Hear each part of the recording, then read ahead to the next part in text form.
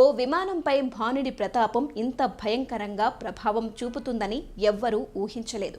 కానీ ఊహించని విధంగా వచ్చిన సోలార్ రేడియేషన్ దాడి ప్రపంచవ్యాప్తంగా పౌర విమానయాన రంగాన్నే కుదిపేసింది.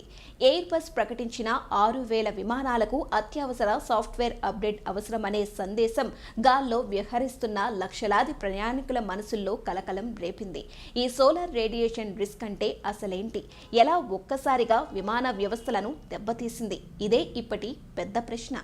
అక్టోబర్ 30 మెక్సికోలోని కాన్కాన్ నుండి న్యూయార్క్ బయలుదేరిన air bus A320 jet blue flight అత్యంత ప్రమాదకర పరిస్థితిని ఎదుర్కొంది.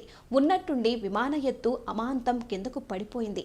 వేల అడుగుల మేర తగ్గిన ఎత్తు క్యాబిన్లో ఒక్క క్షణం భయంకరమైన ఉద్రిక్తత, ప్రయాణికులు కేకలు, గందరగోళం. ఆ వెంటనే పైలట్ అప్రమత్తమై తాంపా ఎయిర్పోర్ట్లో అత్యవసర ల్యాండింగ్ చేశారు. ఈ ఘటనలో 15 నుండి 20 మంది ప్రయాణికులు గాయపడ్డారు. ఫెడరల్ ఏవియేషన్ అడ్మినిస్ట్రేషన్ గా విచారణ ప్రారంభించగా ఒక్క విషయం వెలుగులోకి వచ్చింది. విమానంలోని ELAC కంప్యూటర్ వ్యవస్థ రేడియేషన్ షాక్ వల్ల గందరగోళానికి గురయ్యింది. సూర్యుడి నుండి వెలువడే శక్తివంతమైన చార్జర్డ్ పార్టికల్స్, ప్రోటాన్లను, ఎలక్ట్రాన్లను, అతి నీలలోహిత కిరణాలు ఇవన్నీ కలిపిన భారీ ఎనర్జీని సోలార్ రేడియేషన్ అంటారు.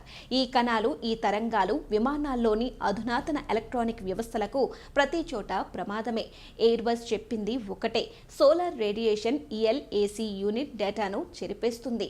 డేటా పోతే ఎలివేటర్లకు తప్పు ఆదేశాలు వెళతాయి. విమానం అమాంతం కిందకి రావచ్చు. ఇదే జెట్ బ్లూ విమానంలో జరిగింది.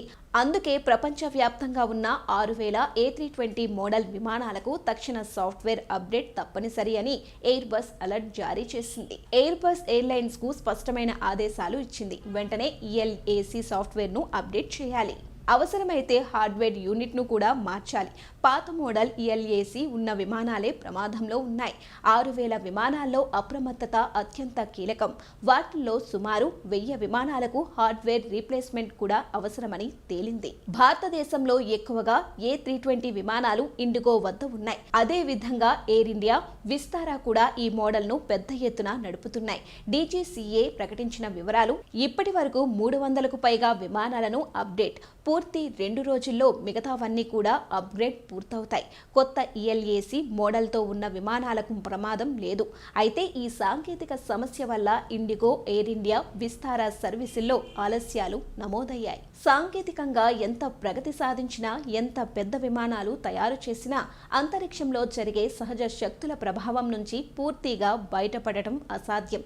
ఈ సంఘటన ఒక్కటే చెబుతోంది, భూమి మీద నడిచే ప్రతి యంత్రం రక్షణ అవసరం. కానీ ఆకాశంలో ఎగిరే విమానంకు డేటా సెక్యూరిటీ అంటే జీవనాధారం. సోలార్ రేడియేషన్ను అంచనా వేయడం, ముందుగానే ఎయిర్లైన్స్ అలర్ట్లో ఉండటం వచ్చే రోజుల్లో విమానయాన రంగానికి అత్యంత కీలకమైన అంశంగా మారింది.